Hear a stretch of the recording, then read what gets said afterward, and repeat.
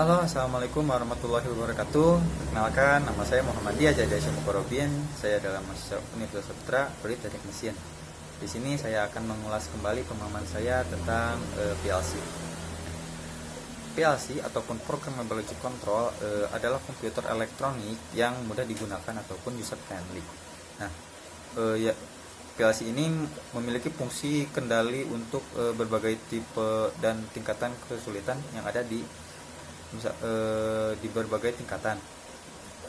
Nah, sederhananya PLC ini adalah sebuah CPU ataupun komputer kecil yang dapat digambarkan seperti kumpulan ribuan relay. Hanya saja di dalamnya itu bukan terdapat ribuan relay yang sangat kecil, melainkan adapun rangkaian elektronika elektronika digital yang dapat difungsikan seperti kontak NO dan ataupun kontak NC. Nah, berdasarkan namanya, PLC ini dibagi menjadi tiga sesuai namanya, yaitu adalah programmable, logic, dan control. Untuk programmable yaitu menunjukkan kemampuan dalam hal menyimpan data dan untuk mengolah kasar ataupun sederhananya seperti ini, kita menyimpan data, lalu data tersebut bisa kita olah ataupun kita lakukan perbaikan di dalamnya. Nah, yang kedua itu ada logic. Logic itu menunjukkan kemampuan atau memproses ataupun melakukan operasi membandingkan, terus pengkalian, pengurangan, membagi, OR, dan lain-lain. Nah, yang ketiga ada controller, yaitu adalah menunjukkan kemampuan dalam mengontrol. Nah, untuk membuat rancangan dalam suatu sistem, adapun langkah-langkahnya. Yang pertama, langkah-langkah dalam PLC ini. Adapun langkahnya yaitu yang pertama, lakukan identifikasi ataupun batasan masalahnya. Yang kedua itu membuat flowchart ataupun diagram alur. Yang ketiga itu membuat program dalam bentuk diagram ladder. Nah, PLC tidak lain adalah komputer ataupun komputer digital yang dapat mempunyai prosesor, unit memori, unit control, unit input dan output.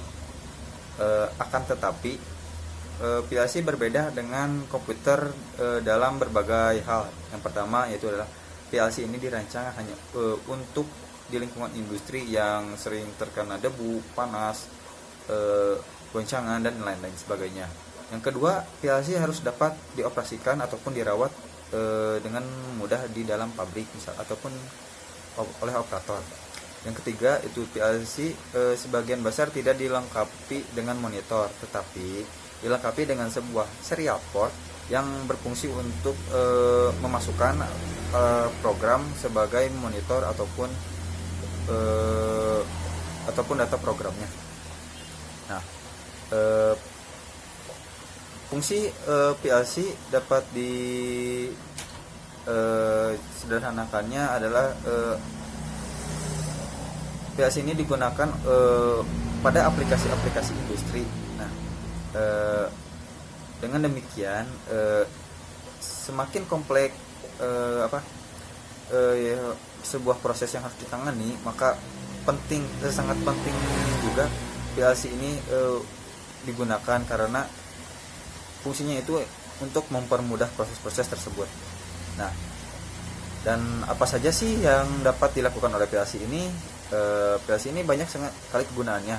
Yang pertama itu adalah sebagai relay logic, yang kedua adalah sebagai penguncian, ketiga sebagai pencacah, keempat sebagai penambahan, ketiga sebagai penambahan, keempat sebagai pengurangan, kelima sebagai pewaktuan, keenam sebagai kendali PID, tujuh sebagai operasi BCD, ke-8 itu sebagai manipulasi data, 9 sebagai perbandingan, ke-10 sebagai pergeseran ataupun sebagainya. Nah, fungsi PLC yang lain itu dalam prakteknya itu dibagi menjadi dua. Yang pertama ada fungsi sequential control, yang kedua ada monitoring plan. Nah, untuk sequential control yaitu adalah memproses input sinyal biar menjadi output agar bisa digunakan untuk keperluan pemrosesan lebih lanjutnya, agar setiap urutan dalam proses itu saling berurutan. Nah, yang kedua ada monitoring plan.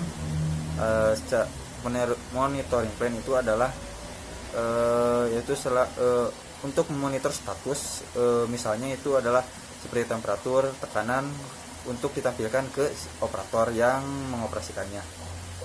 Dan untuk